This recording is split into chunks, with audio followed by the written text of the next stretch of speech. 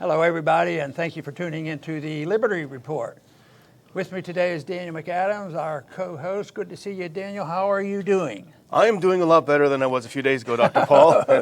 You're recovering too, huh? I'm recovering too, yeah. Oh, good. It's wonderful to see you here, Dr. Paul. Well, modern medicine, sometimes they do the right thing. Sometimes they do the right when thing. we criticize medicine on what they do with coronavirus, I think they're legitimate. But when the doctors are left alone, I was thinking about the technology that we dreamed of when I was in medical school. The technology was very beneficial, and timing and everything else. And I certainly appreciate a lot of the concern expressed. But I'm here today and ready and raring to go solve our problems once again. There we go. But we have other good news today. We're going to talk about, and guess where we're getting the good news? From the CDC. That's right. And they put it on the front page and said, that Daniel McAdams and Ron Paul, they're right, and here we'll prove they're right. Here are our statistics. So they come out with these statistics, and they're just wonderful. It just shows the statistics that we've been reporting on, that it's not nearly as deadly as they say, and the pandemic is, some people do use the word fraudulent and all these things, but no, I think this is great, and I think you might have a chart there to show us on what the report was all about. Yeah, let's go ahead and put up that chart actually now. This is this is from the CDC's own website. And it's their infection fatality ratio, and it's very important because that is the proportion of deaths among the infected population in total. And they have several different scenarios that they're dealing with. Their current scenario, which is the current best estimate, infection fatality ratio, ages 0 to 19, 0.00003, 20 to 49, 0.0002. 50 to 69 years, 0.005. 70 plus, 0.054. So that is their numbers, and I think you have some info to translate that to. It's really the same thing, and put in a different way, and sometimes numbers can get confusing. It says 1 out of 34,000 would I guess that was a death. Yeah. Between 0 and 19. Everybody knows the kids aren't getting this, and yet the schools are being closed down. It's just horrendous. And that's continuing, but softening up, and we'll talk about one state that really softened up. Yeah. And then 1 out of 5,000, so that's a little more people from 20 to 49, but that's still not very many when you look at it, the percentages. And then 1 out of 200 would die from 50 to 69, and 1 out of 20 if you're over 70. We'll worry about that later on. But these numbers come out, and you read the numbers. The survival rates are essentially the only time it gets below 99.5%, a chance of dying, is over 70, and then it's down to 94. So you're still talking about such a fraction. But just think of the harm done because they use the scare tactics. They use this to be frightened. And there was one article today that I might quote from, but they were using the word. The whole thing is this is a gimmick for submission. And I think that's a powerful term, because especially when I think about how the football games go and the masking goes, it's and the people getting so riled up. If you don't follow the rules, then you're not submitting to what is right and the authorities. So you're really an enemy of the state, and that's a bad thing to be. We want to be a friend of the state by helping them along by dissolving themselves. And these numbers are, the important part about this is that they're not a denial of the illness. What they are is a confirmation that you need to focus on that 94% survival rate of those 70 and above. And we know that most of those people have comorbidities. They have other problems. The disease seems to really hit hardest the people, we talked to Dr. Mercola about this on Thursday, who have problems with insulin resistance, obesity, and these sorts of things. So these should guide what we do. They shouldn't tell us that nothing at all is to be done, of course. But it certainly tells us that if you're from 0 to 19, if you're a school-age child, 99.997% survival if you get the disease. There's not even any guarantee you'll even get it because of things we'll talk about later, like T-cell immunity and others. But we've ended up with mass hysteria. Yeah. Hopefully, we're going to back off from that. But, you know, the obsession with this now, people walk around with claws where if they touch something, they have to wipe out. It's a hysterical reaction. But it's mass hysteria. And this is not good for progress, and it's not good for society. It's very, very destructive. But the big question is, has it been out of ignorance? No, there's some ignorance out there. It's been built on fear, and it's been also built on motivation. There's some people who think that this chaos is beneficial. That's how we can get the people to submit. And the submission is the big issue, and unfortunately, there are too many submissions. I just think the way the sporting events have been treated, people are submitting. They're bowing to it. They take their knee and say that now I'm a patriotic, I'm a good person now because I'm pointing out the evil in the world, and so they submit. And that, I think, is very dangerous. And you probably saw what happened in Ohio to this one lady. She was watching, I think, her son's high school football game. She didn't have a mask on. The police came. They arrested her. They tased her. And she said, I can't wear a mask. I've, got it, and she was out in the open. So anyway, right. Let's move on to more. This is Good News Monday. This is a good one. This is a good one. And let's put up that next picture. This is the hero of the country right now, I think. Absolutely. The governor of Florida, Ron DeSantis. He held up that chart. That's the one we just were talking about. He had an extraordinary press conference on Friday, and he announced a new executive order lifting all state restrictions based on COVID. No restrictions on restaurant or bar capacity. And if a locality adds its own restrictions, they must justify that with facts. It prohibits local governments from closing businesses and from preventing people from working. Everyone has a right to work. It prohibits collecting fines for not wearing a face mask among the localities, and it essentially opens the state completely. You have to justify, but you're not allowed to collect any fines or do anything for not wearing a mask, so it's opening. Never once did he diminish that there is a danger out there. It still persists, but he obviously is with us on the whole idea that the lockdowns and the reactions have been much, much more dangerous than dealing with the virus. And Jeffrey Tucker has a great article, and we put it up on the Ron Paul Institute website, ronpaulinstitute.org, where he congratulates the governor, but he also quotes, this is how the governor started it. First of all, a few days ago, he had a press conference. He had a public meeting with three very well-recognized and well-regarded scientists, experts on the topic, and they went through painstakingly every one of these things. And so when the governor went out to make his proclamation, his executive order, here are the statistics he threw out. COVID hospitalizations are down by 77% since the July peak. COVID ICU hospitalizations down 72%. Doctor visits for COVID-like illness down 80% since the July peak. Daily hospital admissions down 81%. Percentage of patients who test positive, 4.32%.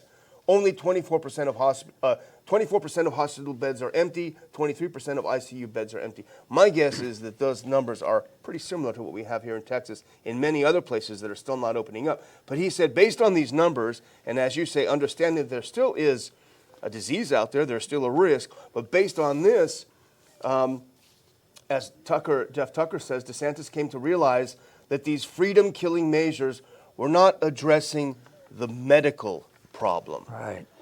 That's the difference. So I wanted to follow up on this principle of submission. And Lou had an article up on his site, Lou Rockwell. It's by Gary Barnett. And the title of the article is, "The state's response to this virus," and this is a quote, "is nothing more than a weapon of mass submission." Yeah. And he goes on and explains, why it is so bad and what would it be for. And of course, he makes the point that political power is at stake. Power and influence and philosophy and certainly elections, the whole works, and a lot of money is involved. They think, the left are humanitarians; they wouldn't be in this for money. Yeah. But it is very much orchestrated for reasons that we shouldn't tolerate. And by the way, I don't know whether we can bring this up right now. That has to do with Dr. Atlas. Yeah. Dr. Atlas is, and I think there's evidence that even the CDC is out to how are we going to get rid of them. Get rid of them. Yeah. Well, you can't have a person in a position like that actually telling the truth. So that's been rumored around, and we should do whatever we can to pass a message that he's doing his job the right way. Yeah, he's a public policy professional as well as a medical doctor. So that's what we need is the nexus between public policy and sound medicine, and he provides that. Let's actually skip ahead to 2 because this is why we're bringing it up today. This among another number of reasons. We can skip ahead to 2 more. This is believe it or not, a phone call was overheard. The CDC director, who knows who he was talking to, but criticizing Atlas. Quote, everything he says is false. And this really goes back to, and we talked about it, I think it was on Thursday, wasn't it, that Senator Paul was interviewing Fauci, and people thought it was amazing because first of all, he pushed back on Fauci. He said, how can you say New York is the best example of how to deal with this when they had the worst death rate in the entire world? Right. But he also brought up the topic of the T-cell memory immunity and the crossover from other coronavirus types, providing additional immunity to people. And Fauci looked dumbfounded. He said, if you believe that, you're the only person in the world who believes that. And then immediately, because you can't say these things, because people will check them, immediately if you go up and find the people there are at least 24 studies showing this. It's one of the most important things that are coming out of this. And so Atlas had a press conference after that and said, well, that he misspoke. Redfield misspoke when he said the same thing. They're not saying the truth. And it's objectively true. It'll be a shame if they're able to get rid of Dr. Atlas. Yeah, it'll be that'd be terrible. horrible, And they'll keep at it. They'll agitate, but they're being distracted by that nuisance of an election. Yeah. Of course, that may get pretty important too, because even I now question whether or not all the votes are going to be counted. Yeah. Counted twice, maybe. Boy, I'll tell you what, that is confusing. It is. You probably need an army to try to straighten that mess out. It is. And Jeff Tucker in his piece, he makes a couple of good points, and I think it's important. So why do they persist in this? Why do people, even like our own governor and others, persist in restricting their own citizens? He points this out that the politicians who did this to their constituents, they fear that opening up will actually make them look stupid for closing in the first place. And Dr. Paul, you've been around politics for quite a while. It's very rare. And I would say Walter Jones is about the only one who publicly said, you know what, I was wrong. I made a mistake and I'm sorry. They don't want to do that. They don't want to do that. They want to keep these measures in place to save face themselves. And that is wrong. I just saw something, we don't have a clip for it. I just saw something this morning out of Dallas that the suicide epidemic among young people is they've never seen anything like it. Young people, they've lost all hope and they're turning to suicide. It's horrible. And once again, there's a similarity. War is a big issue. Back with Walter, it was the war that he discovered was based on falsehoods, and that's and he was told that by the administration, so he changed his mind about that. But and of course, not very many, or hardly anybody would join them. But that's the same thing here. It's this war on coronavirus, which allows this submission and the growth of the state. This continues. So this is, in a way, always using this fear. If you don't do it, you're unpatriotic. The world's coming to an end. Everybody's going to die. In this case, it was everybody's going to die from coronavirus. But all of a sudden, CDC admits it's not quite as threatening as influenza, or driving an automobile or whatever, lightning. Yeah. Well, it was just in March that Fauci said this is going to be, 10 times more deadly than a seasonal flu. Well, that isn't the case, and his own CDC is telling us that. But there is a political component, and we keep talking about it, and we don't endorse any politicians by a long shot. But you do have people like Joe Biden saying that Trump has killed 200 million Americans by the end of my speech. They want to squarely blame the president for every single death from this coronavirus. And it's all about politics, unfortunately, and politics is getting in the way from good public policy and public health policy. And that's a shame, because that's just confirms what you've always said, the separation of medicine and state. Yeah, right.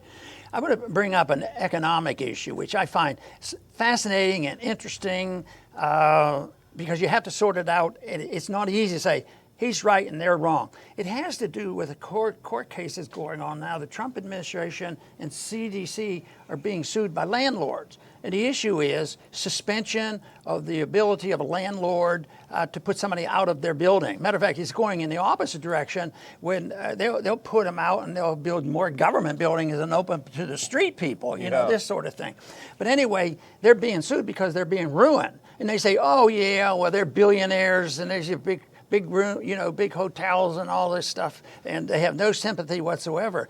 But I personally know some individuals that might have 2 rentals. Yeah. And the rent isn't coming in. But there's 2 arguments. One is they can't do it. You can't suspend. You can't throw somebody out because they're occupying. They're breaking the law. They're breaking their contract. And the other thing is argues that there would be more left wing would be, well, okay, we know how to take care of this. We have a money machine.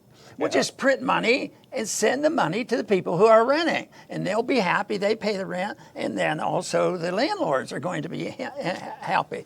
But you know, there's going to be a lot of sympathy for these people who are losing their jobs because of government action and all this fear mongering.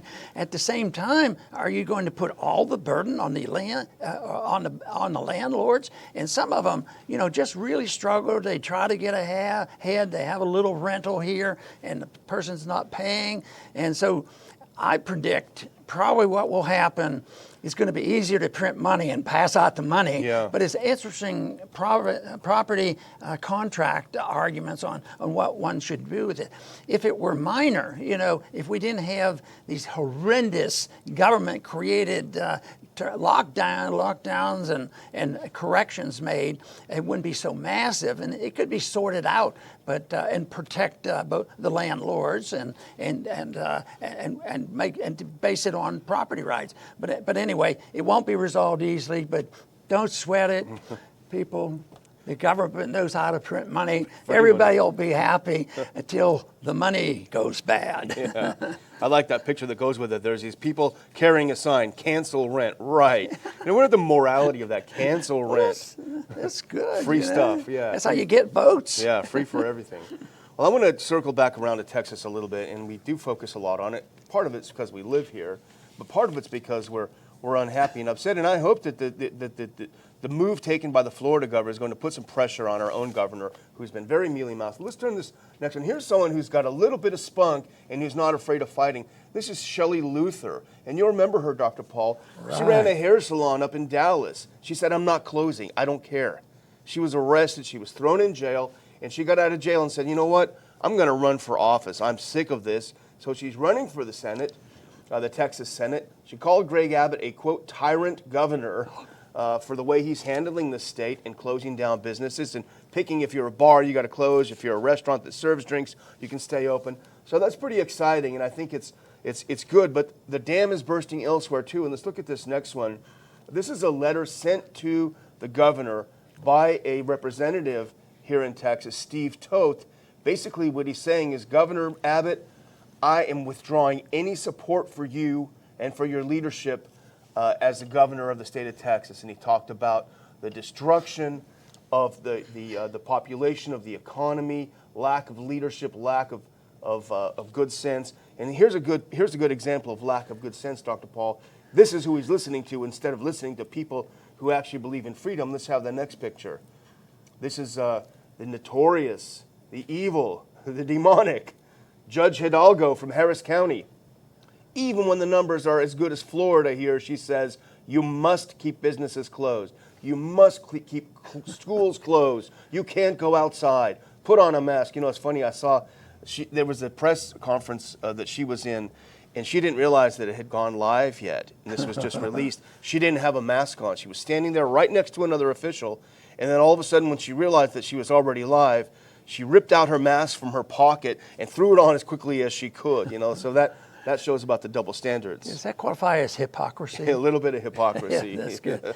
I don't understand. I mentioned this to you a little while ago about Abbott's, recognizing what's going on, because it seems like he's a reasonably bright person. He's been successful in politics, and people have liked him. He's not all bad. But all of a sudden, I mean, if you're coming from a political view, well, he has to be. He's in politics. Yeah. That the Democratic numbers are going up in this state. Yeah. That should be of a concern to him. And also, the whole thing is he has not performed well, and his numbers are going down because of the coronavirus, and he's not really with the conservative. Yeah. So you sort of wonder what happens to people like that. Sometimes people get energized. DeSantis, he's been energized. Yeah. He didn't get worse. I mean, he tried to study this through and went along with it to a degree, but then it just dawned on him. He was awakened. Yeah, this is bogus. And did the right thing. That's what we're hoping that Abbott will do, because we live here.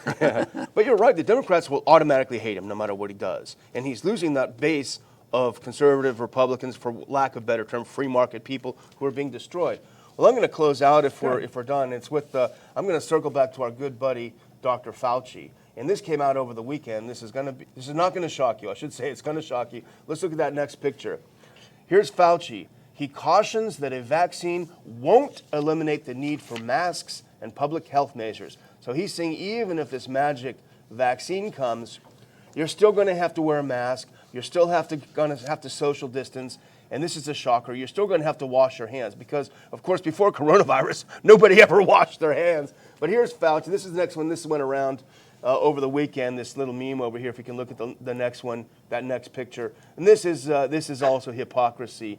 The one on top is Fauci enjoying a baseball game. Of course, they cleared everyone out but him, and he's there with some guests. They're not wearing a mask. And underneath is the woman from Ohio, arrested, tased, manhandled, brutalized. She was doing the same thing, sitting outdoor, watching a game without a mask on. This is the hypocrisy of our so-called leaders. And I'll just finally, my last thing, Dr. Paul, is encourage all of our viewers to go to ronpaulinstitute.org for articles, subscribe to this channel, hit notifications so you can watch and keep up with the Ron Paul Liberty Report. Very good. And I'm going to close by talking a little bit, I haven't done this before, talking a little bit about my weekly report, because I want to emphasize it, because it was the incident that occurred last week when we got blackballed. And it was taken, one of our programs taken down, and we've been warned. So, of course, we've been warning ourselves all along. How do we handle this? State will be bearing down on us. Now, if we become more influential and that more people, we get more DeSantis out there that they're not going to back off and say, oh, I guess we better back off. They'll put more pressure on us. But the first statement they sent to us, and I think you sent in a challenge to them or asked a question, they said that their answer was, we violated the community standards. Now, what are community standards? That's interesting. We wouldn't want to violate, the culture of a nation, and standards have been voluntarily agreed to. Decency. No, that isn't it. The community standards means a few people, and they emphasize individualism. The individuals in the government saying what community standards are, not yours and mine. So it's community standards is what they want to set. And that could be anything. That is so much garbage. And then they had another sentence in their rejection. YouTube does not allow content that explicitly disputes the efficacy of WHO. Wow. Oh. Do you think that's a violation? You'd think somebody would ask a question to the presidential candidates. What do you think about that? And see what they say. So, but anyway, things are moving along in the right direction. I think that that more and more people are coming our way. And believe me, we can't overemphasize DeSantis is coming out for Florida, and the silliness of some of the other people who will stand by and will submit forever and will never capitulate and say, oh, maybe I made a mistake. But anyway, I want to thank everybody for tuning in today to the Liberty Report. Please come back soon.